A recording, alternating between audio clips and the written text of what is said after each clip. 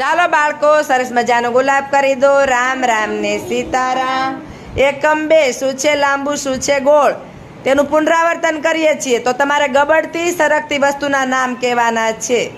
ચાલો અજયભાઈ. ચોપડી ચોપડી સરકે સરકે.